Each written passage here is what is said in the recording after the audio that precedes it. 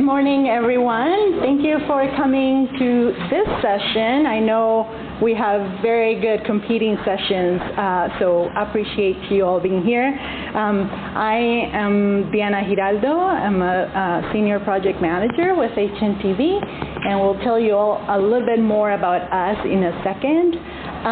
Today, we're here on behalf of WTS, and WTS is Women Transportation Seminar, so Women in Transportation, basically. We're going to talk about how to operationalize diversity, equity, and inclusion in transportation projects. And a little bit of context, this 5 years ago, WashDOT asked us to talk about inclusion in transportation. This is, you remember, pre-pandemic days when DEI wasn't as an established term as it is today. So we're going to talk a little bit about the roles and then how to put that all in practice. So let's see if this works. All right. So this is a little bit of the agenda. Welcome again. And we just went through the context. We're going to do a little bit of introductions for the speakers. And we are going to talk about the different roles, how everybody has a role in driving inclusion and driving more equitable outcomes.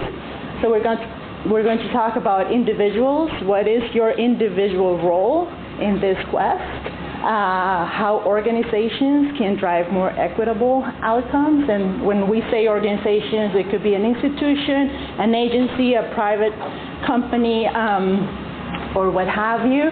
How leadership also plays a big role in driving inclusion, and then how allyship is also very important. After we talk about all those roles, then we're going to talk about projects. And so how, as important as individual understanding of DEI is, it's very important to then implement it, right, in the actual day-to-day life, day-to-day projects. So we're going to talk about that. Go over some takeaways, and then open the floor for questions.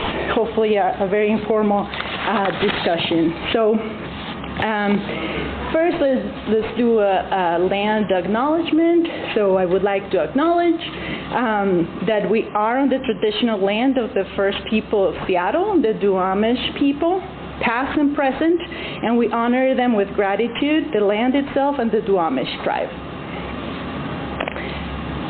And three of us are here today. Joanna had a family emergency, so she's not going to join us.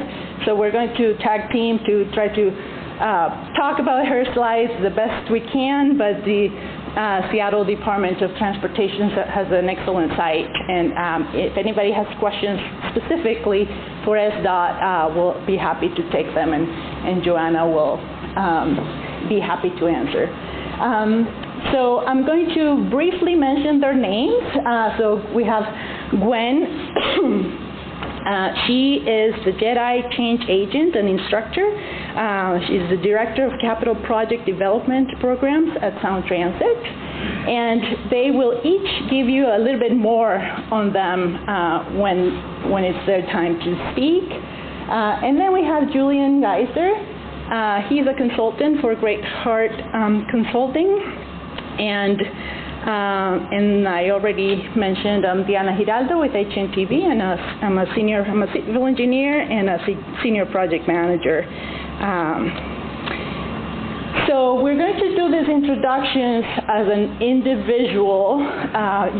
Everybody should be aware of what your identity points are, and not just you, but also maybe in your team, what your peers' identity points are. And this is important because depending on what they are, that's how I might make a different decision than Gwen will in the future, right?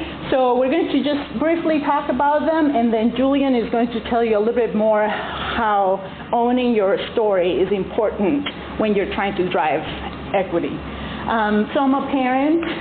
The ones on your left are I chose those. I chose to be a parent, and then I chose to be an engineer. And these ones are many of them are more like either I was born with them or my upbringing kind of gave me those identity points. So I'm from Colombia, so I am Hispanic, and I'm a woman, and some of those are sometimes more important when they are paired with engineering. So as a woman in another field, I might be on the advantage side, but as a woman engineer, then there's some disadvantages or some inequities.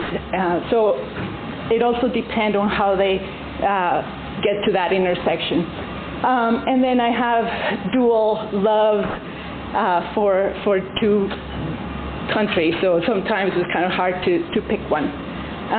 All right, with that, I'm going to and then Joanna, she is a wonderful Filipino woman, and she's a planner with SDOT.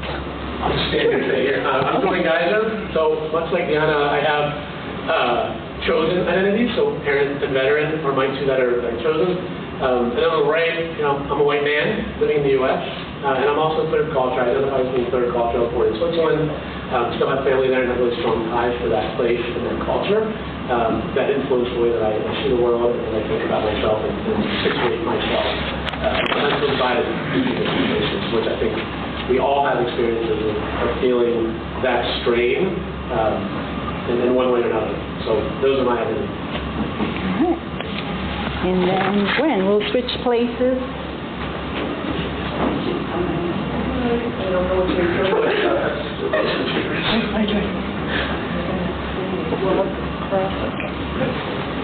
Hi, I'm Gwen McCullough. My pronouns are she, her, and her. And I'm a black woman. That is not something that I chose. However, I am a daughter of a black man and a white woman. My identity is black. Some people make other choices associated with what they want their identity to be. I am disabled. My disability is not visible, and that is also not something that I chose to be. However, I do have choices on how I advocate for myself and how I show up to lead others and model for them. I'm a Buffalonian. I was born in Buffalo, New York. However, I've lived here in Seattle now as long as I lived in Buffalo. However, I still, my choice is to identify as a Buffalonian, and that comes with positive and negative things. I'm a wife. That is definitely something that I chose. I have a partner who is male, and actually who also is someone who works here at the University of Washington. And in coming here today, definitely that came with some benefits because I knew where I was coming to. These identity points, along with a whole bunch of other bubbles that are not on here, exist for all of us. And it helps us to choose ways in which we perceive and the way that we experience and the way that we make relationships and the way that we advocate for others and model leadership. And so throughout this presentation, I encourage you all to think about your own identity points as we bring up various topics for discussion. Thanks. All right, here. So these definitions that are on the screen, diversity, inclusion, inclusive leaders, and allies, are some of the major topics that we'll be discussing today, and we wanted to get on the same page in terms of what we mean when we say these things. So when we're talking about inclusion, we're talking about the sense of being included or being invited into groups because your perspective, all of the things that make you you, are valued, and that you feel like you belong. You're made to feel like you belong. You're made to feel in that group like you are valued for bringing your specific perspective to the table and communicating in ways that are individual to you. When we talk about diversity, we're talking about the mix of identities and people that are brought into a group or a space, to the reflection of all of those various perspectives and experiences and the values among the people in a group or organization. When we talk about inclusive leaders or inclusive leadership, we talk about creating and fostering an environment where people are invited in because they are different, because they represent a unique perspective that is understood to be needed in order to solve the problems of other people that may have certain identity similarities with them that are different from you. And that you are going to listen to those perspectives and contributions, that you are going to value those, and that you come to care, especially about the ones that are different from yours. And by doing that, you're creating trust, you're creating a sense of belonging, and you're taking action on the differences that are brought to you that make up the plans to move work forward. So when we're talking about allyship, we talk about listening, and listening from the perspective of not responding or reacting, but listening to understand, especially when it's somebody who has something to say that is different from what you are thinking in your own head.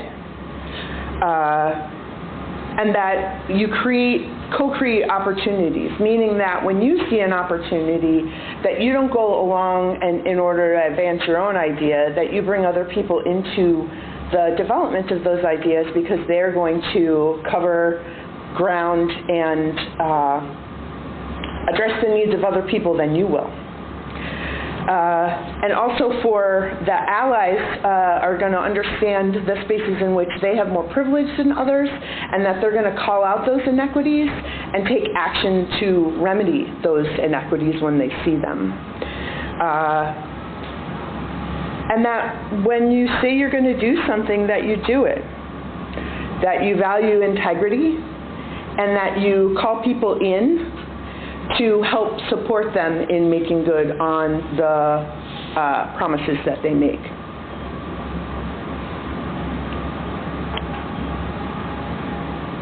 Okay, so many of you have likely seen this slide. It's kind of a little bit of an ongoing joke with the other folks on the presentation panel with me. I hate this graphic. It really, it burns me like a flame this high. Anyway, so this graphic talks about the various evolving issues associated with getting to equity and justice. On the far right, you see three people who have various, are affected unequally in terms of access to power and access to treatment. And the reality is that there are people who get less than they need to be successful. And there are people who get more than they need to be successful. And that's why you see someone sitting on the ground, unable to see over the fence, someone standing on top of a whole bunch of boxes, totally able to see over a fence, and then you see another person who is in a wheelchair who is not able to see over the fence. So in the progressive images, you see various ways in which people strategies of addressing the issue of the fence. So in the next one, where we're talking about equality, where every person gets the same resource, as you can see, it doesn't meet the needs of everybody in that group. For some people, able-bodied person maybe, who is maybe at a time in their life when only a small box would help them see over the fence, that works for them. The middle person can see maybe this much can really smell the fence really well. It does not work at all for the person who's in the wheelchair. Equity is specifically identifying how people are different from one another, and based off of the identity points that we talked about before, and addressing the specific needs that each of those intersectional identity elements require in order to be successful. So here you're talking about the person in the chair has a ramp, so that the elevation device gets them over the fence to see the game. The person who maybe either is short or is younger is now on the box. They still can smell the fence really well. And then the person who is either able-bodied or is a little bit older is now also able to smell the fence really well. So then all the way to the right, where we're talking about where it lists justice, meaning the structural and systemic cause of inequality is addressed and everyone can come as they are. So I would like first anyone here in the group to tell me what's wrong with that final picture. They're not on the field, they're not playing the game. Separated from the action. Anybody else? Not in the stadium. They're out of the stadium. And what is still there? There's still a fence. It's a different fence, but if you look carefully, it's a fence you can see through, but they're not in the stadium with the rest of the fans. That's why I hate that graphic. All right, so I think, sure, the graphic can be changed. However, what I want to, the message to drive through is to drive home with all of you is that if you go to a soccer match, I go to soccer, go Sounders, everyone needs to be access to be in the stands with everybody else. Today, one of the things that I was disappointed about was that we don't have speech to text that's running along the bottom that keeps up with us as we talk, that for people who cannot hear or are hard of hearing. There are some other accessibility issues associated with this space. How do we get in and out? I'm sure it's big enough for someone who would be in a chair. However, there's no one signing either. So keeping these things taking them into consideration as we move forward as a group. Folks that want to continue to be part of PacTrans, I hope that you all help us in providing some feedback, because that is the kind of feedback that will get, action will be made in future years on how to make our spaces more accessible for all. So when we talk about the commitment to reducing inequities across the transportation system, the US DOT has an equity action plan that identifies creation of institutional change at many levels.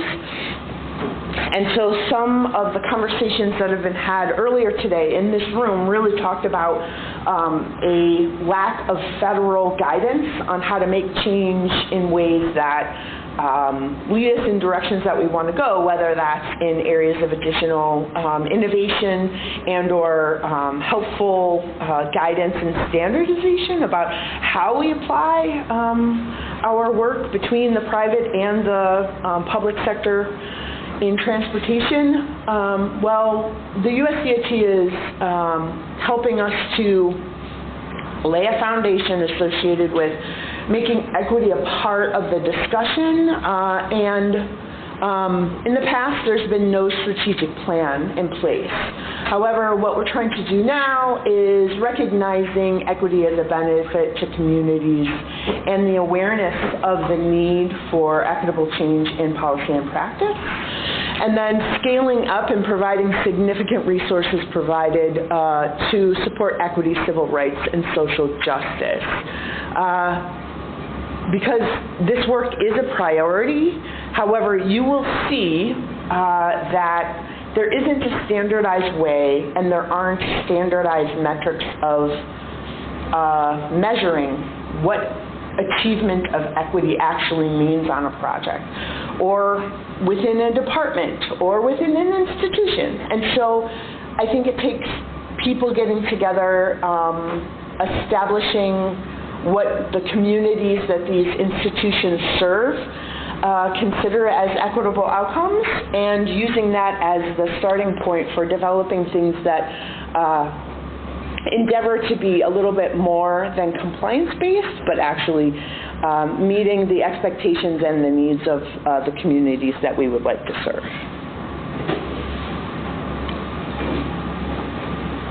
And now I'll hand it off to Julian to talk about accumulation of privilege. Thanks. No, good morning. Julian Geiser again. So at Great Heart we developed this graphic because what we found was that when we talked about privilege with folks from majority cultures often, they'd immediately deflect or get defensive, and so we developed this idea of utilizing advantages as defining privilege as the advantage, as the accumulation of advantage, because everyone, for a bunch of reasons, because everyone has some experience of some advantage and some disadvantage. For many, like myself, someone who's cisgendered, heterosexual, white, male in America, being a veteran brings me lots of advantages in America also. Those compounding privileges or advantage result in quite a good deal of privilege and situate me pretty high up on this mountain. But it also allows us to have discrete conversations around different advantages and helps us also relate back to that identity point kind of exercise that we did at the very beginning. And we can have real conversations about the discrete advantages that we each experience or disadvantage. So we developed that for that reason. We're going to talk a little bit more about the individual element, the individual component of driving inclusion through the skill and the behavior of owning your story. I'll let you quickly read through this quote from Chimamanda Ngozi Adichie. She's a Nigerian author.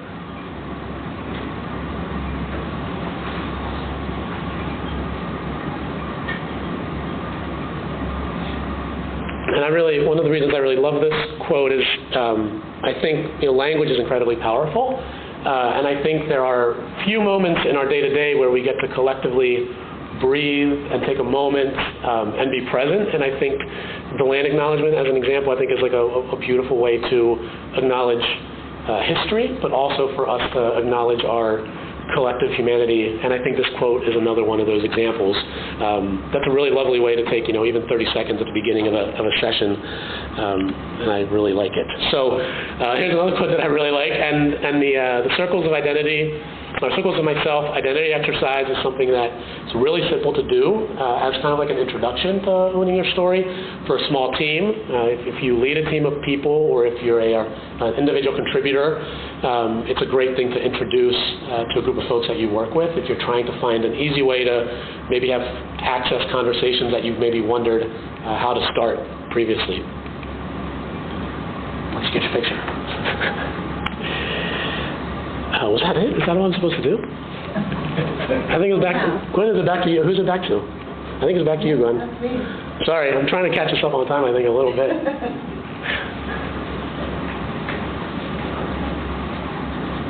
So this part of the presentation is around what organizations can do to incorporate equity into their policies and processes, and how we can evolve away and progress from simple check-the-box efforts. So one of the things that can be done in organizations is, and you may or may not have been part of this type of a process before, is when you create the goals that you want to accomplish at the agency level, at the department and or individual levels.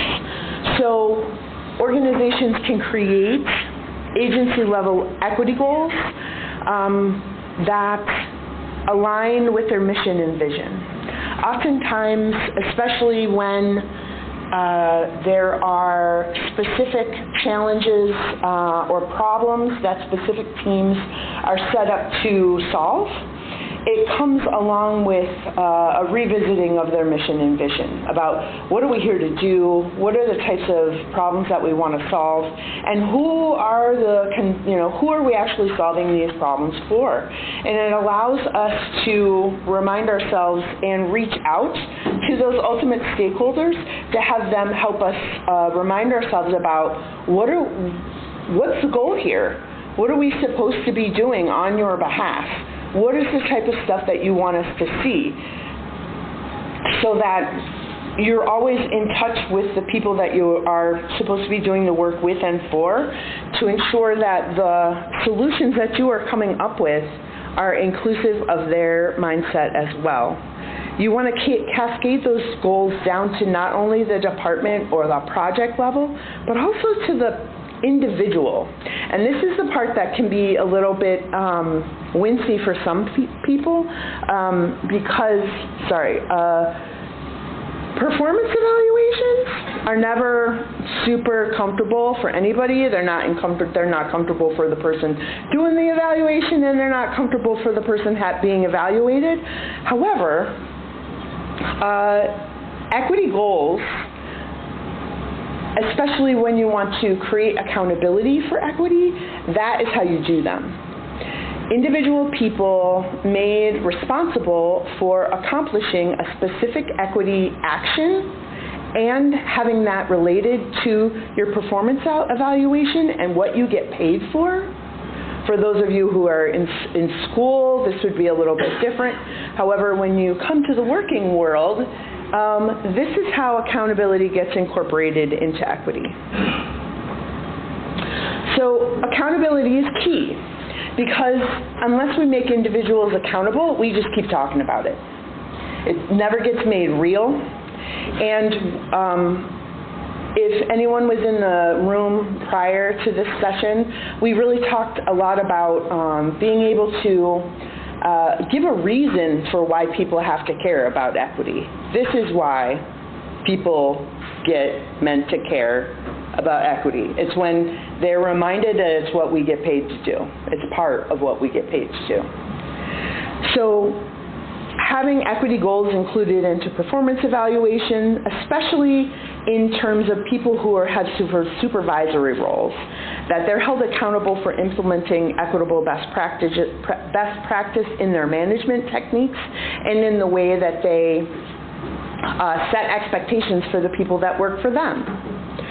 And metrics, in the same way that we want to track and create data around the work that we do so that we can figure out whether we're actually accomplishing anything, whether we're getting better, whether we're progressing toward our goals. Metrics have to be involved and created in order for us to figure out whether we're actually accomplishing what we set out to. So other things that organizations can do is you can hire somebody to do an equity audit. And it's and my suggestion, if this is something that you're interested in doing, absolutely hire a consultant to do this. In order for this actually to be actionable, the auditor needs to come from outside of your agency, not inside of your agency. And this is not for the faint of heart. As Julian mentioned, this is stuff that you have to not deflect. This is the work. This is the beginning of the work. Organizations need to also be available and see this as a tool, the results of an audit as a tool for making improvements, for pointing out the places within your plans that you need to point at that are in need of improvement. And for leadership, it gives you data-supported decision-making. I'm not going to say ammunition. I'm trying to take certain violent language out of my repertoire.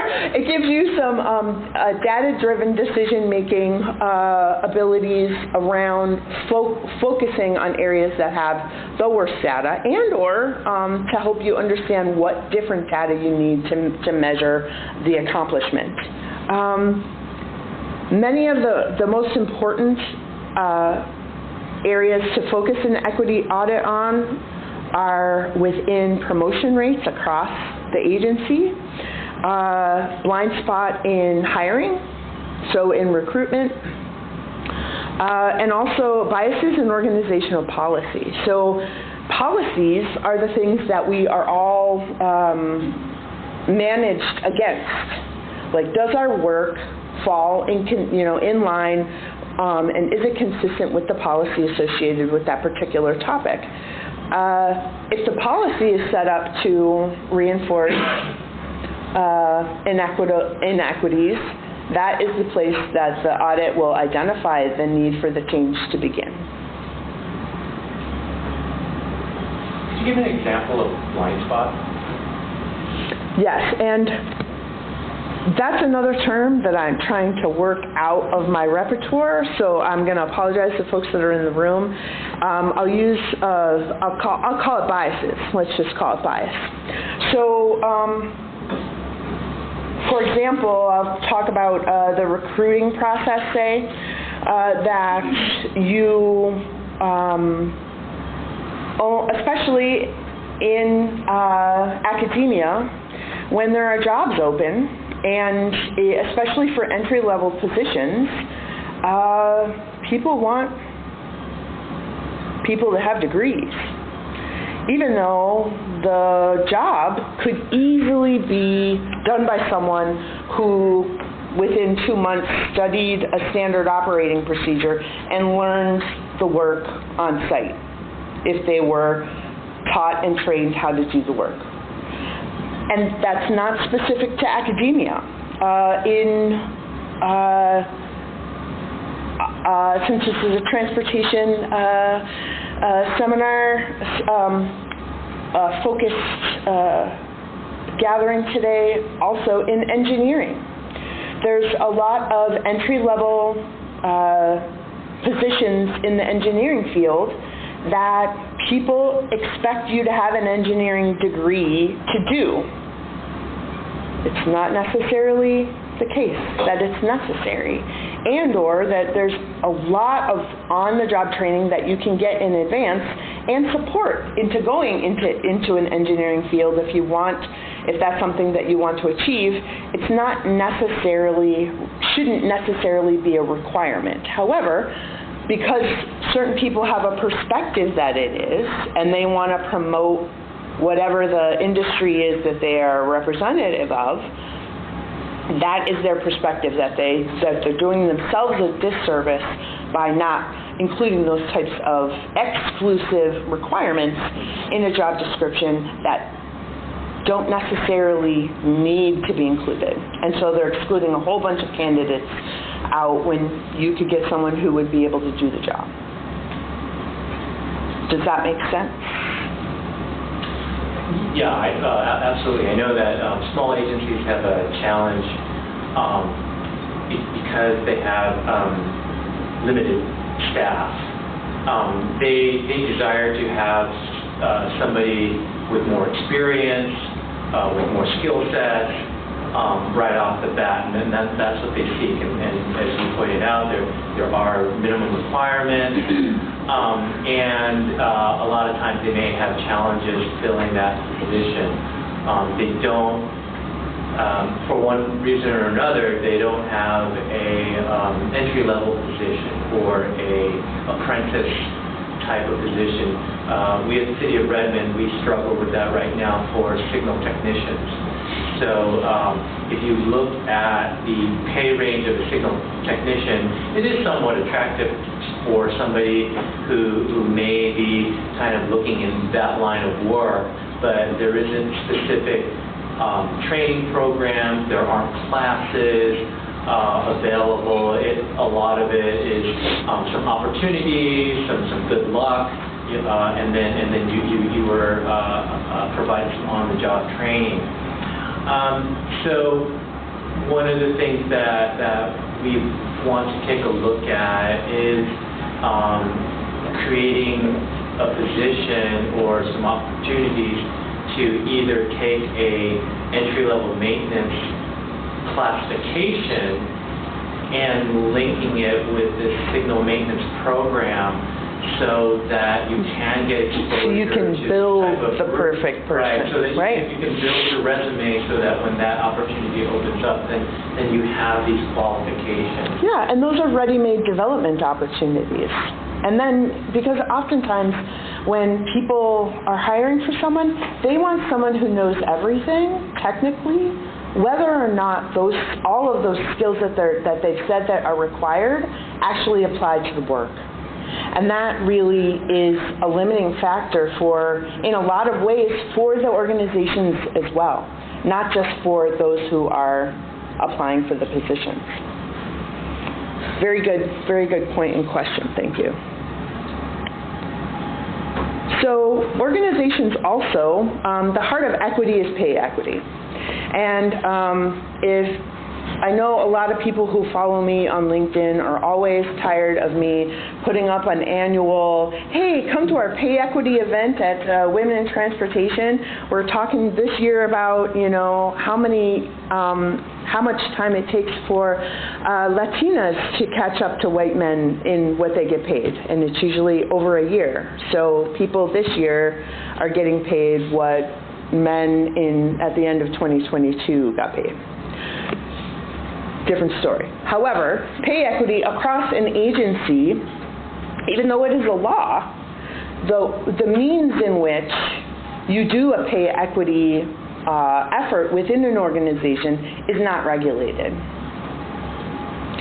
So doing it should not, you're not going to get in trouble for doing it, because there's nothing but there's only a positive to initiating a pay equity study. It also creates data and data points that you can take action on. It's another tool for leadership to identify inequities in pay across the workforce. And this is data that you can use as a plan in order to take incremental steps for the agency to catch up with the industry and just do better overall for women and people of color in general.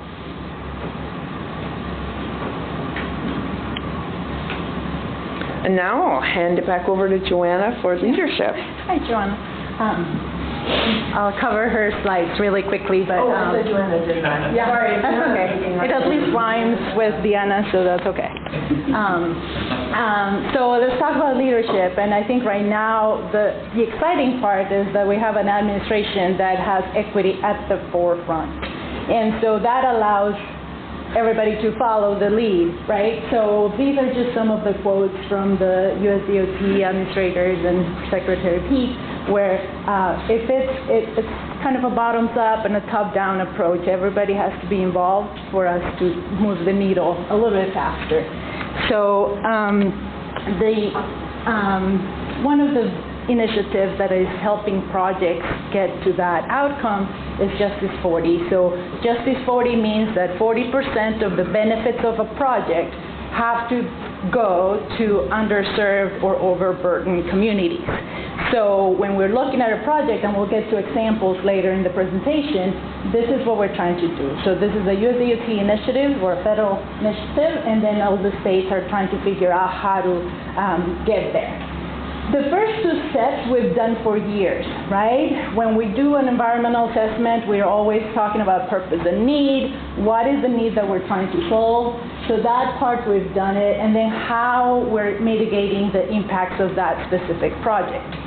So what Justice 40 does is it pushes us to shift from impacts to benefits. It pushes us to look at a project and figure out how and who will benefit from that project. I mean, as opposed to how many, wetlands are we hitting, that's fine, but shifting it to, if we're doing wetland preservation, how is the air quality? Who are those benefits going to? And what communities are we helping kind of get out of those disadvantages a little bit faster? So that's kind of the shift that Justice 40 is helping us do. So that's at a USDOT leadership level. But then agencies like SDOT have then taken some of those principles and created a transportation equity framework, in this case, and implementation plans. And most of the agencies are in this step, and it's all up to us to figure out how to really do that on a day-to-day basis. Some have created work groups. We have very similar tools, and we're going to get to the other specific tools. And I'm going to be back here at the end to have some examples, but I'll let... I'm going to keep my remarks brief because there's a lot of good stuff here at the end that I want to make sure Deanna can get to. So these are some common DEI deflections that we hear quite often. There's some things that I know myself have said or thought or heard others say. I think with deflections in general, thing that a leader, an ally, someone who feels like they're an advocate can do is kind of have a ready-made response, kind of in their back pocket for when they hear something like that, and like to invite folks, and less to call out and shame. I think that we don't get very far when that's what our goal is, but rather to invite folks into a conversation around the things that they're saying or thinking or communicating. And so there's lots of great examples of content creators on LinkedIn and different places that you can follow to have, I think, some of those good ideas about how to respond. Would love to have you reflect, in the moment, but also today as you leave the session on the things that you've heard or yourself said, and maybe formulate a response. We talk a lot about the 5 stages of transformation because everyone is at a different stage in this journey. You all have demonstrated that you're invested in this work by even showing up today. And everybody may be at a different stage based on a different identity point. So I may have a pretty developed point of view around what it means to be cisgendered and heterosexual, but I may know a lot less because I'm an able-bodied person, so I may know a lot less around what it means to be in the world and to not be as physically able as I am. So there may be lots more learning for me to do in some areas than in others.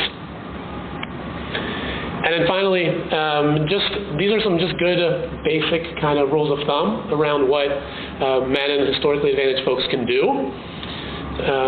Again, I'm not going to read you bullet lists. And I think the one thing I wanted to make sure I got to say was, I'm not an engineer. I'm a craftsperson and a builder. But the thing that really has felt super compelling as we've worked on putting this together and tweaking it for this session is that I think that this is all about good design, ultimately, right? And I think engineers and non-engineers need to be really concerned with design, and I think that's what is so interesting about the Justice 40 initiative and those benefits. Like, people should be reaping benefits from the things that we build, the organizations we build, or the infrastructure that we're responsible for creating. And so I think that's what's really super compelling. These are 6 of the core inclusive behaviors that we often talk about. On the surface, they often seem pretty simple.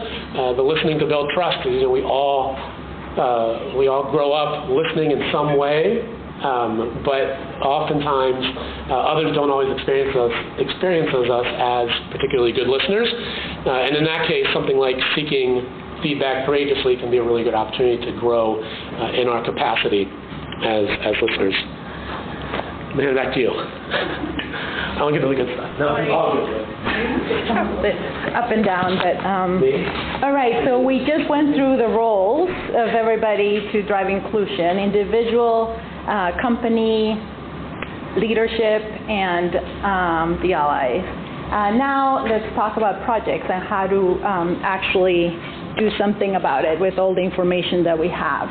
On the left is just a general idea of a life cycle of a project. So we normally plan or scope, then we move to a little bit of design, engineering, then construction, then operations and maintenance, and then we sort of start over. So we'll kind of keep that in mind as we move through some of the examples we have. On the right, we have talked about most of these. But this is really how we holistically need to look at projects, from who's doing them, like what project it is, what program it is, to who's doing it, to who is it serving, to how are we going to get there. Procurement practices, partnering practices, and if they all work in sync, we will get to equitable outcomes because we do care about getting there. So I have no doubt we'll get there.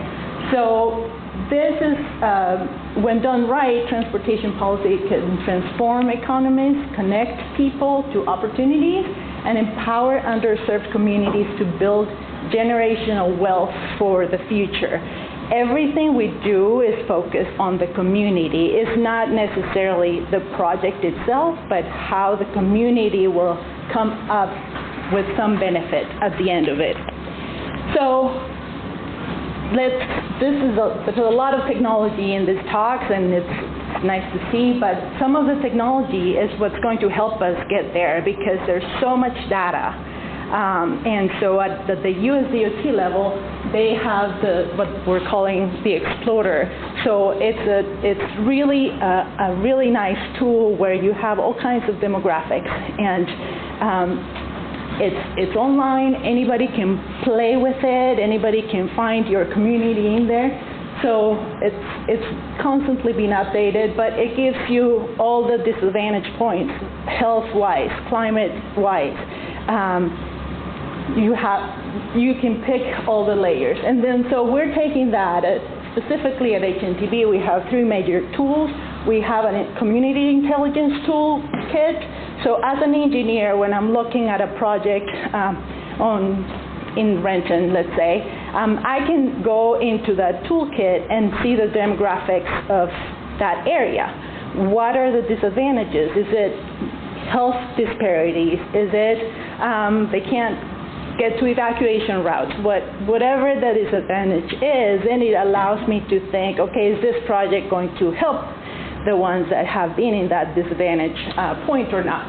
And then there's also a lot of community engagement tools. So PIMA is one of them. It's a lot of focus groups, how to gather input from the public, how to co-create projects with the public, understanding their needs, gathering comments, and doing something with that. So lots of tools. I work with WashDOT a lot, so we are doing a 167 master plan. And if you remember the graphic about the life cycle of the project, right now many of the equity tools are in the planning, scoping. It's new-ish, right? So we are going to have examples of fully constructed projects, but right now we're in a lot of the scoping. So we needed to understand as a corridor what were the needs of the corridor so that we could package some projects together to get to those needs. So how we did that in planning was we had a really integrated approach. We have the topography, we have all the files that we know where everything is. Then we have the transportation system as a layer, and then the natural system. So these 3 layers are normally at our disposal for any project. But the new layers are really now land use and housing and health. I would say land use and housing and health are now being more integrated into transportation projects. So in order for us to understand the land use patterns and potential changes that need to happen, then we need that layer. And then the demographics. What kind of communities are we talking about? Who is being benefiting from this project? So we did all that, and we had to get to a PEL, which is a preliminary and environmental linkage study. And it was nice to be able to at least show some data for everybody and the stakeholders along the corridor that might not be getting a project in the near term. We were able to say, well, you're not getting because the people in this area are needing it first, right? So data also helps you with those difficult conversations when everybody obviously wants the project in their community.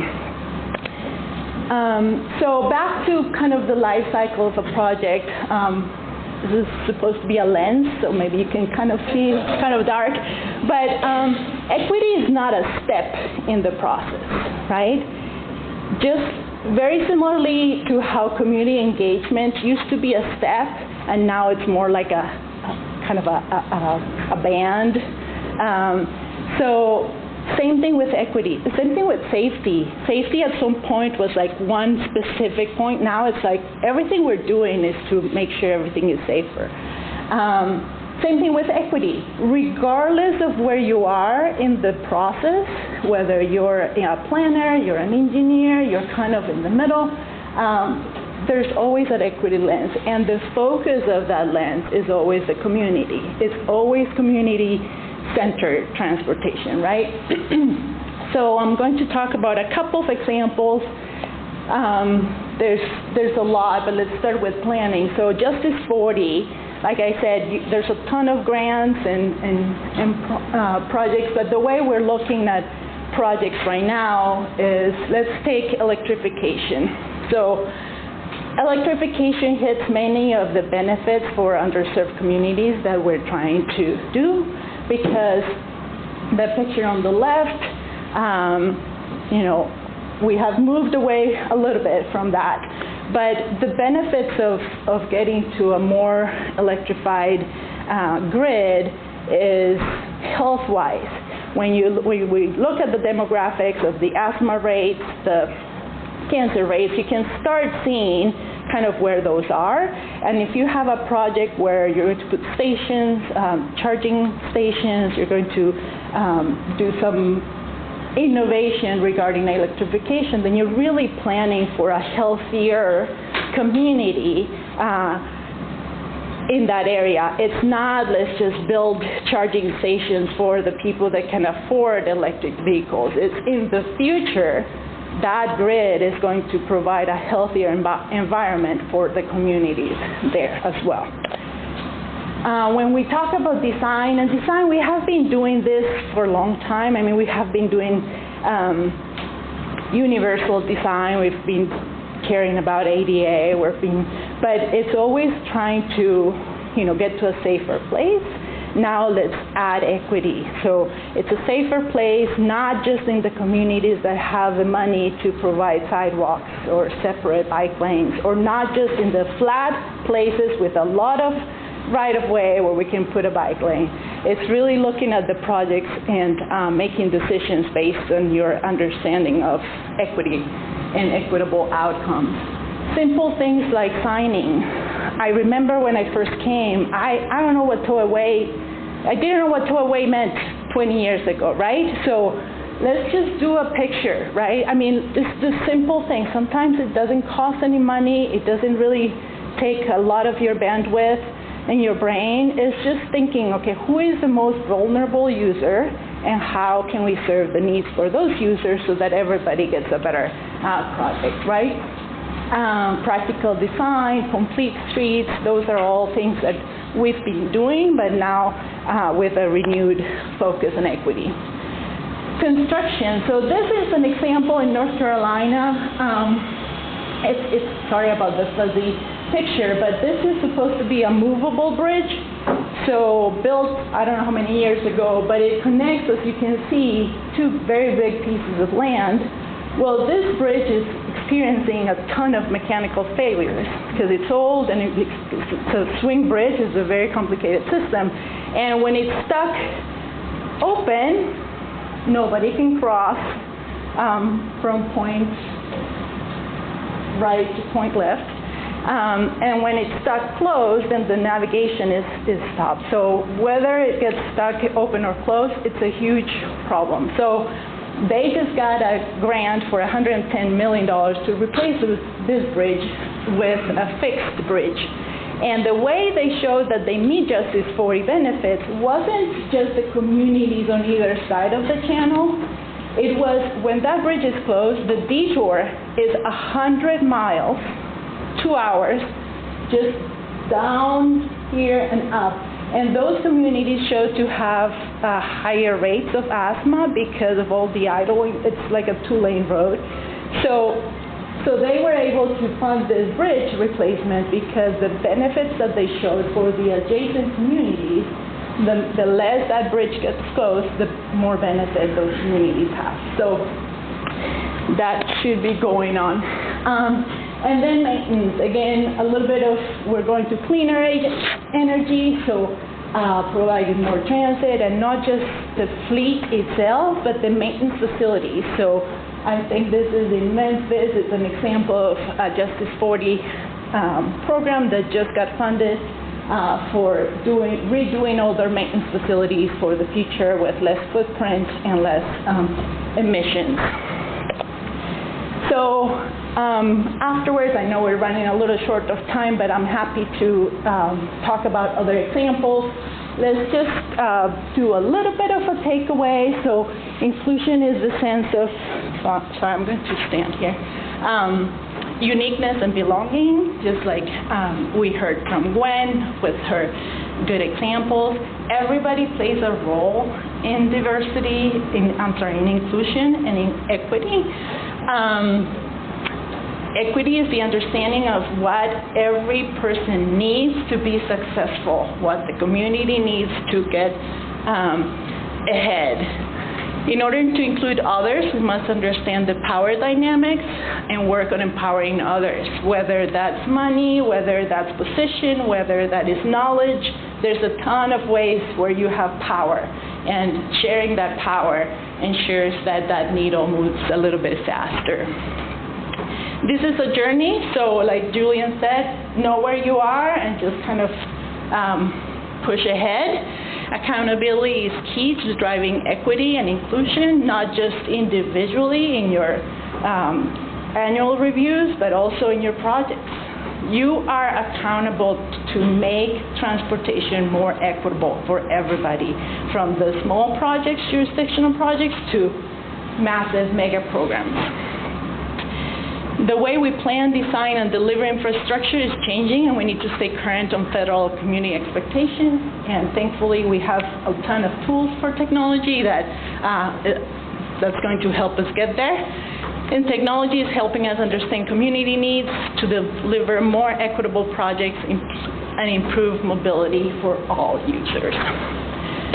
So I think with that, we can open the floor for any questions. I don't know. I know we started a little late. I think we have maybe 10 minutes, if anybody knows. Up to 12:15. Okay, so we have a little time if anybody has questions or comments. I was really interested in the audits that were talked about a little earlier, and doing the census audit, and I think it's fantastic. I wonder how many companies, is that a lot of times in some companies just an HR exercise, or do they actually go deeper and try to talk to managers, leaders, and try to figure out and dig deeper? Because I can see it going both ways, where a company just does it to check a box and they kind of run some numbers through HR and then affect policies and whatnot, versus kind of going through the additional effort of trying to do a deeper dive. And I was just curious what kind of experience or examples you might go from there. You can get us started, and then I'll talk a little bit about what we do. Right. So I work with PacTrans, and currently we have an equity consultant that is that is working with our Department of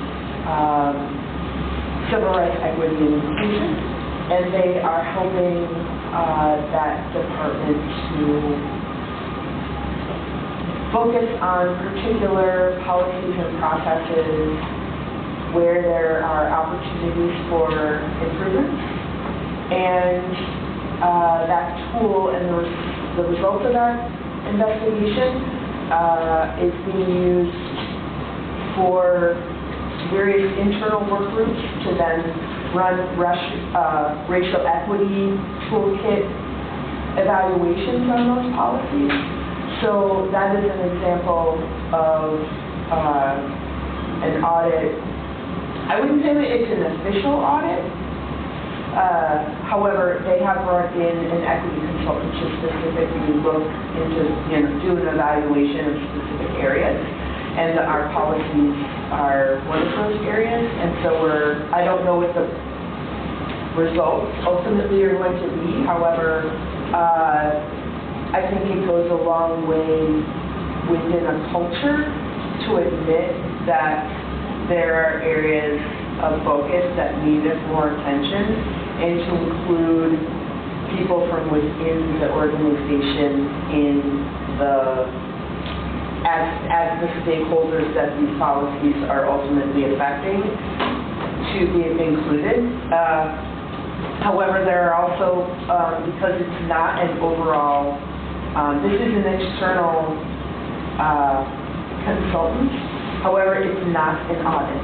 Auditors will have a different way of going through a process from equity perspective. And so that difference, we'll see what that difference looks like at the end. And you're very correct. I think it absolutely depends on what the culture of the existing organization or group is, and how much the work is actually centered and includes the perspectives and feedbacks of the people that are going to be affected by any changes that come about. And at HNCB, we do like every 3 months audit, equity audits, where if all the people managers look at their team, who have we hired, and many times that audit happens as you hire. Like if you're going to bring this person at this level, then let's make sure that that makes sense, or if we need to then bring everybody up. So that happens every 3 months or so. I was going to touch a little bit on like audits and projects. So I work mostly on design build projects, and what we're doing is we also have goals, right? Some goals for inclusion, how the team puts together their overall team, how much DDE representation they have. So sometimes we have key personnel that is an inclusion manager that is going to check and do audits on how that team is doing, bringing the small businesses and DBEs. Questions?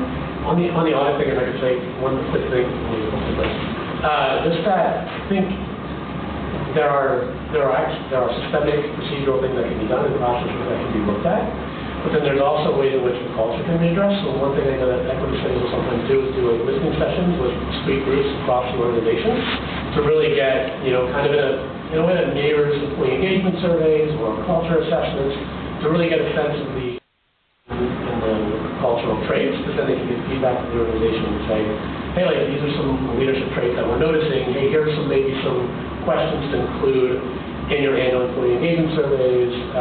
These are areas that you might address in the culture, because ultimately it's people and leaders who are creating these systems and processes and upholding them.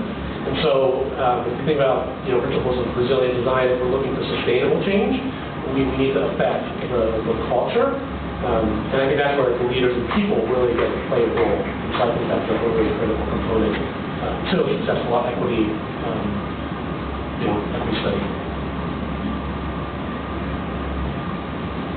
You spoke about, I think, supervisors being held accountable for equity goals. I'm wondering how that happens in your organization. Is that like measured through KPIs or metrics, or how do you do that? You're going to lunch. So currently PacTrans is actually going through we are using a new HR technology, a new tool to, in association with the way that we do performance evaluation. And I've also been brought in on a panel on a process improvement for that performance evaluation process. And so as a member of the overall improvement process, there have also been equity improvements included. And so two things. One, there needs to be there needs to be a culture of accountability that is accepted amongst the leadership. Anybody who knows anything about change management knows that leadership needs to consistently communicate the need for the change and why you need to make the change, and that they have an expectation that you are engaging and behaving in specific behaviors that support this. That is their expectation. And so then, without that, there isn't any way to then have a follow-up conversation that isn't surprising for people when you come in at the end of the year for evaluation and say, well, you didn't help at all for this. You didn't tell me I needed to. So the process of performance evaluation really needs to get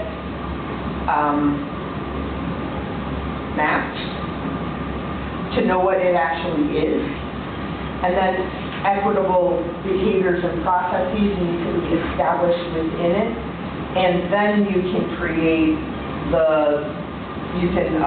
align them with the goals of an organization, a department, a unit, and the individuals.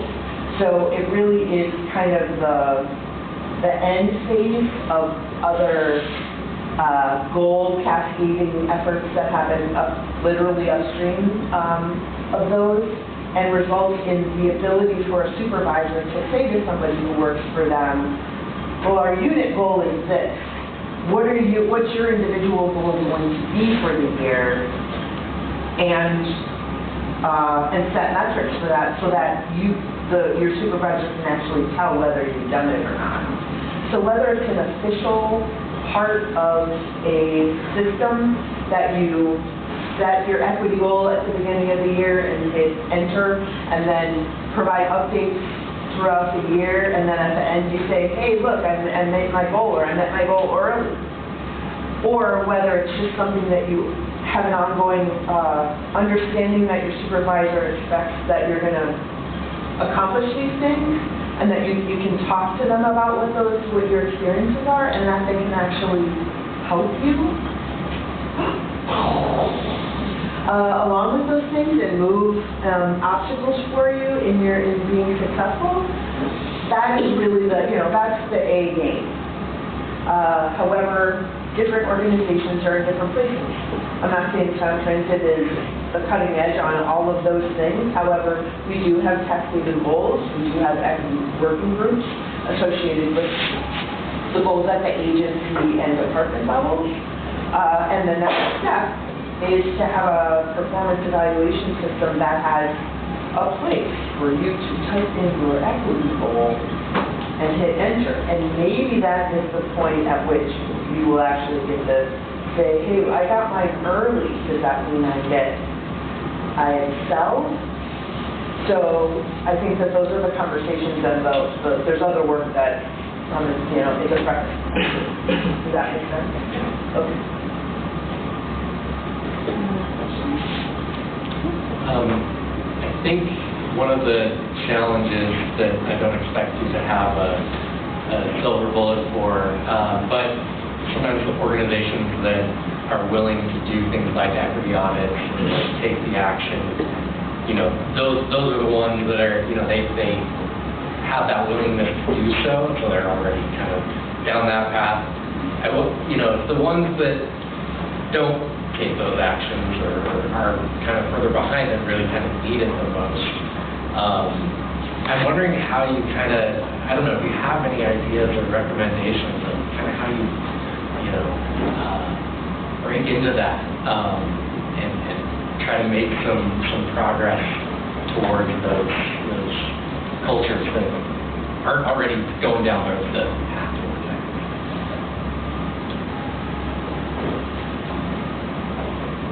Yes, is my first answer. I'm not going to iterate all of my ideas because I do eventually want to employ myself in doing exactly this work, so I'm not going to tell you. But generally, I think we live in a society that makes money, and we work in institutions that deliver us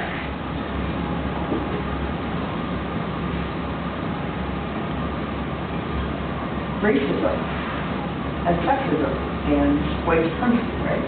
That's how they were created. And so for us to have a solution for that, because that's the problem with equity, is that it's baked into all of our institutions. It's baked into the way that we evaluate performance.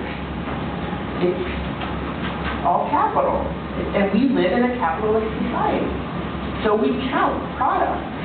Sometimes those products have people. So to say, how do you fix it or make them care, it's a small part of a larger understanding of undoing white supremacy. And that conversation, when you say the WS word, there's a chill already in here, you know? And so I think being able, there's people coming to grips and actually being part of a reckoning. And that has not happened universally. You can't have one, you can't do one well without the other one happening. So I think a lot of what Julian was mentioning first, is individuals need to understand where they are. They need to be reflective about maybe what they've done in the past. And think about how they can change those things to make them different and better in the future.